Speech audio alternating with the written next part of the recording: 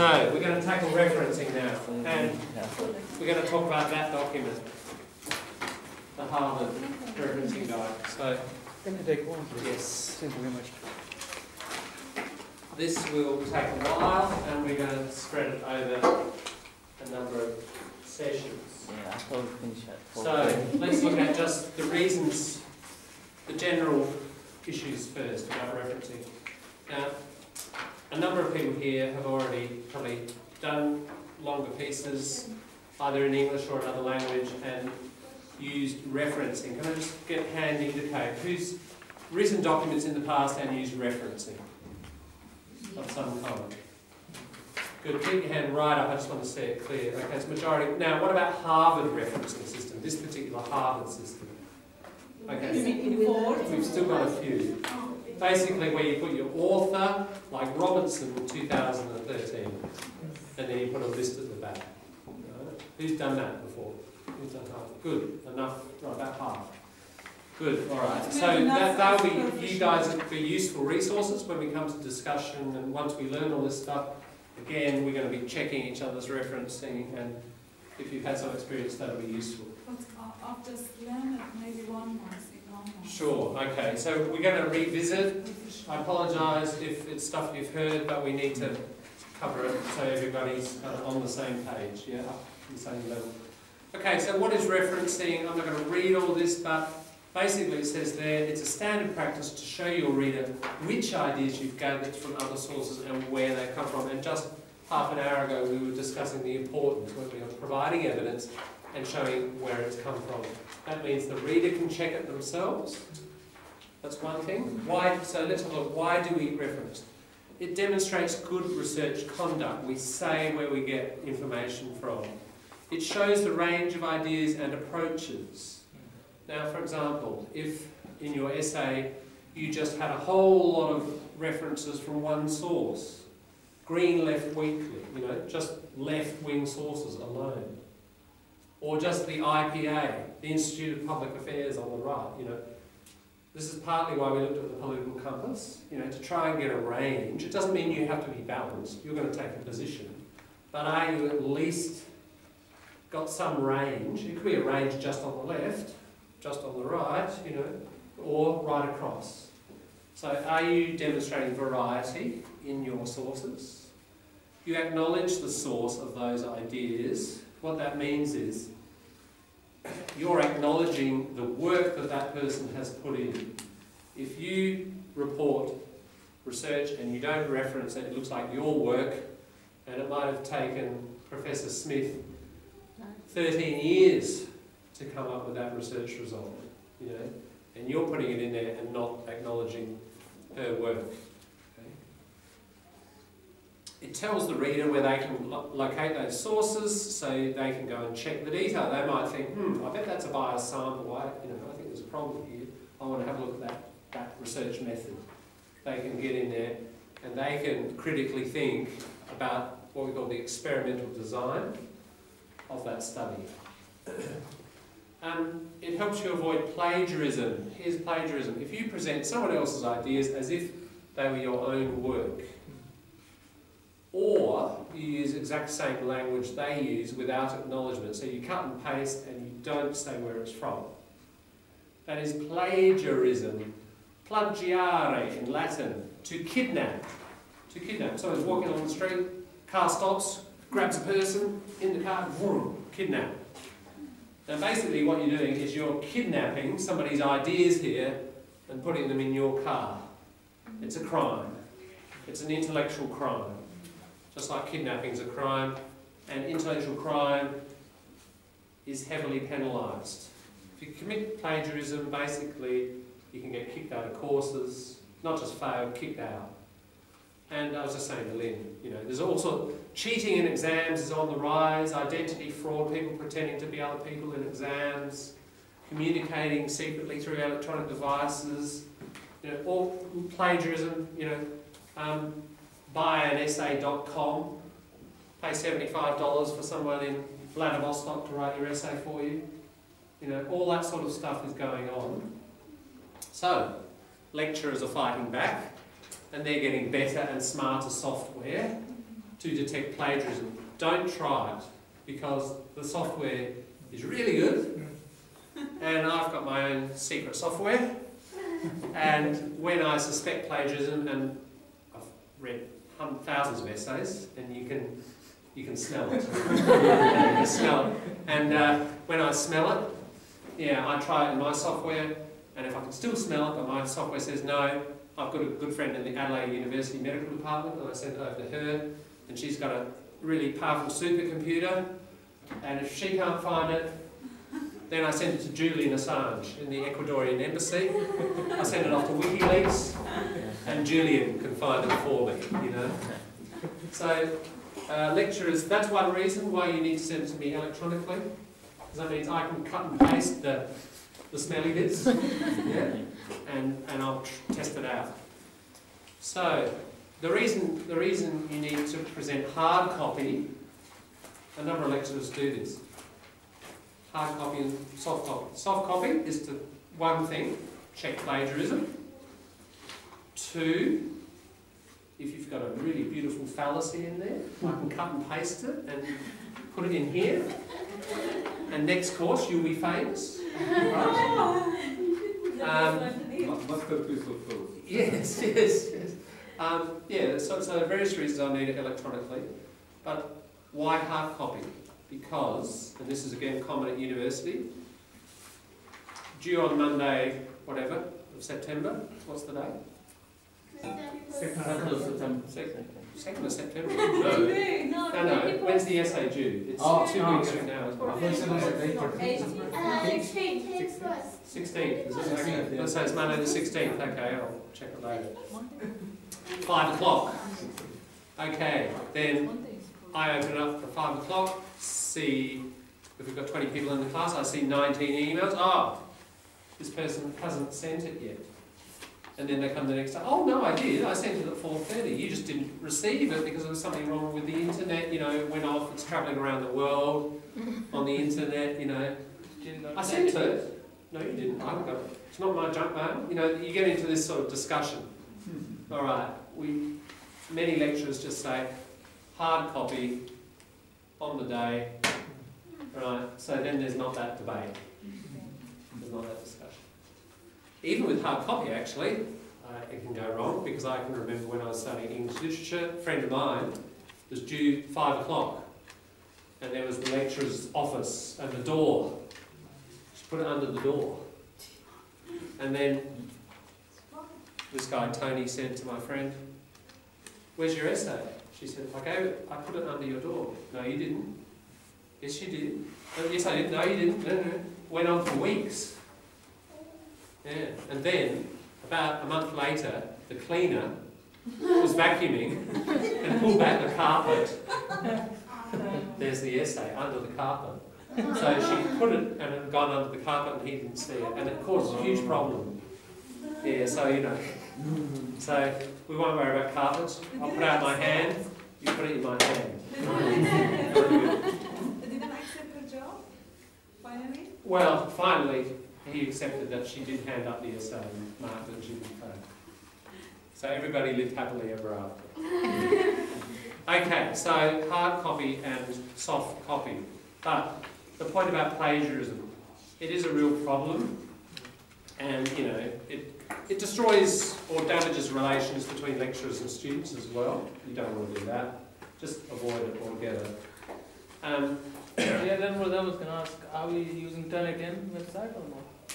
Turnitin is some of the software that is used. Are we using that for this or no?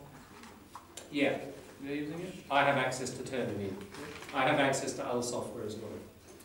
What Turnitin does is a lot of the cheaper software will go and check things on the internet. Some clever people think, oh, okay, I'm going to get a book, a hard copy that isn't on the internet, and I'm going to copy out of the book.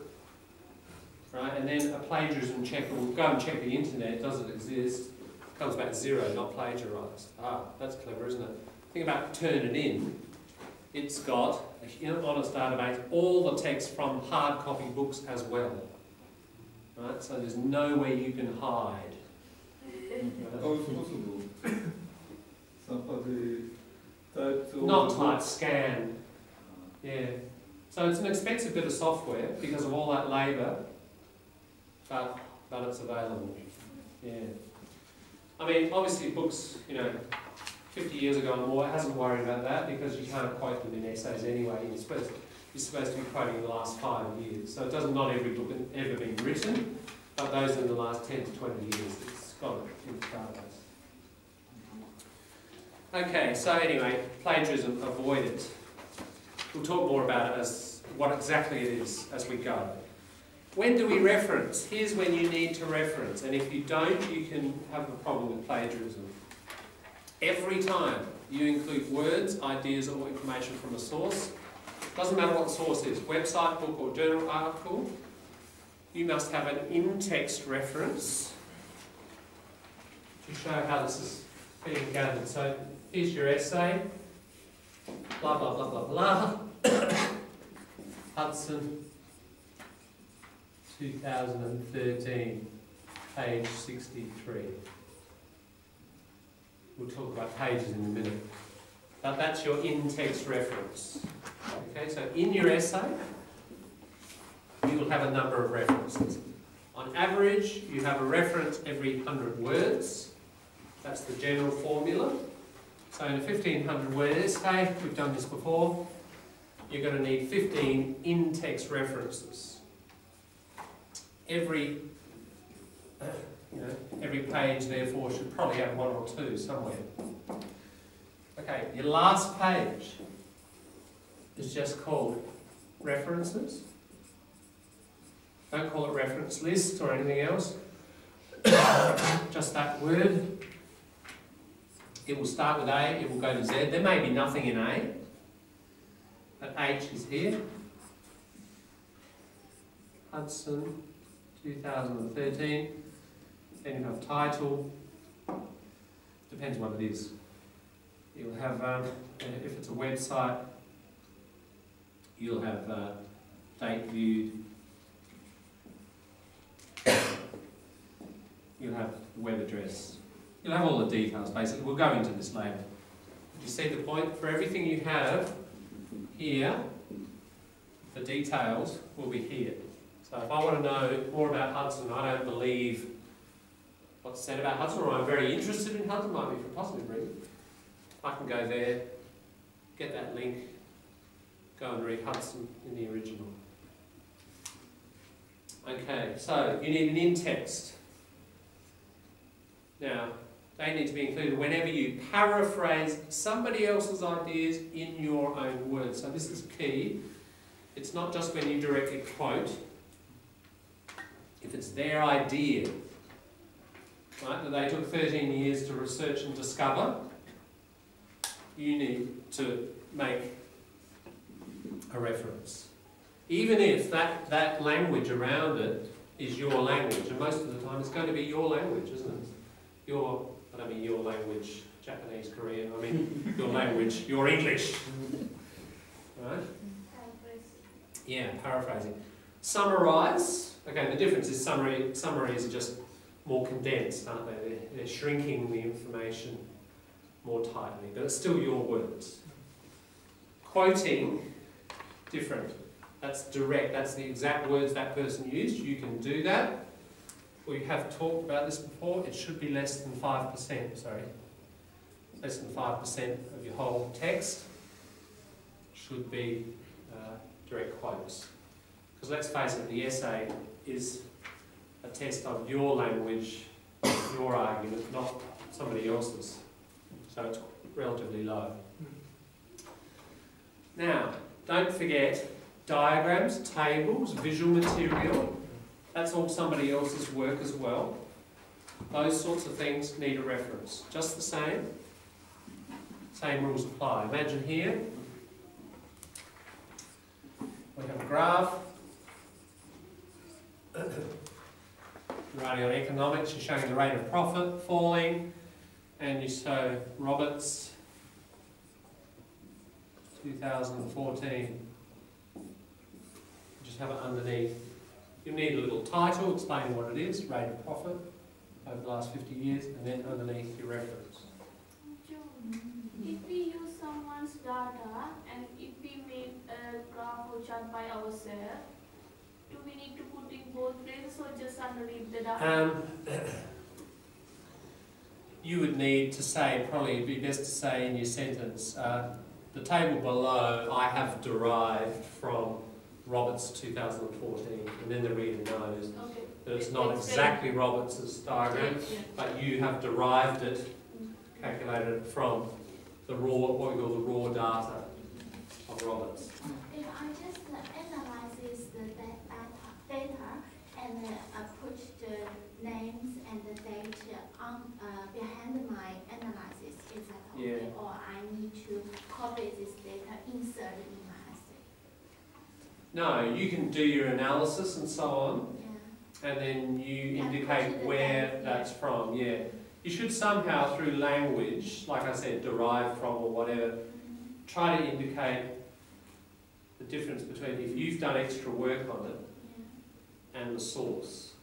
You know, like I have concluded on the basis of Robert's work that, and then I can tell, oh Nancy, that you've done the concluding bit, but this, you know, the basic data is from Roberts. Yeah, I had already pointed out which chapter and which data I used. Yeah, right. It's part of the data already. Yeah. The key is that the reader can go back and check the sources. Yeah. Okay. Now, as it says at the bottom, for each source that you reference in the text, you need in the references, so we have a Roberts in there, wouldn't we? And it would be after Hudson. Notice, we do not have number 1, 2, 3, etc. No numbers. It's alphabetical order by surname. Be careful, because Robert can be a first name, can't it? Or Robert's a surname. And, you know, there are cultural problems here. Just knowing what's the surname and what's the first name. I do see a lot of errors in reference lists. And then people putting in here like Sally, 2013. Oh, Sally said that. Oh, okay, yeah. And then it will say Sally over here. Like which Sally in the world? You know? So make sure you get your surnames right. How do we reference over the page? 2 components. Here's just an example of what I've been talking about. Charbon, in text, 2008, explores a range of themes and ideas. It's referenced there in the list. Charbon, surname. M, that's their given name. Michael, Mary, whatever. 2008. Here's a key, one of the many rules we'll go through. Look at the title. What's different about it? Italics, exactly. Yeah. Titles in italics. Titles in italics. Titles in italics. Titles in italics. I'm going to do this for the next 5 minutes. Right? Why? Because... So it sticks, because every time I get a bunch of essays, somebody hasn't put titles in italics.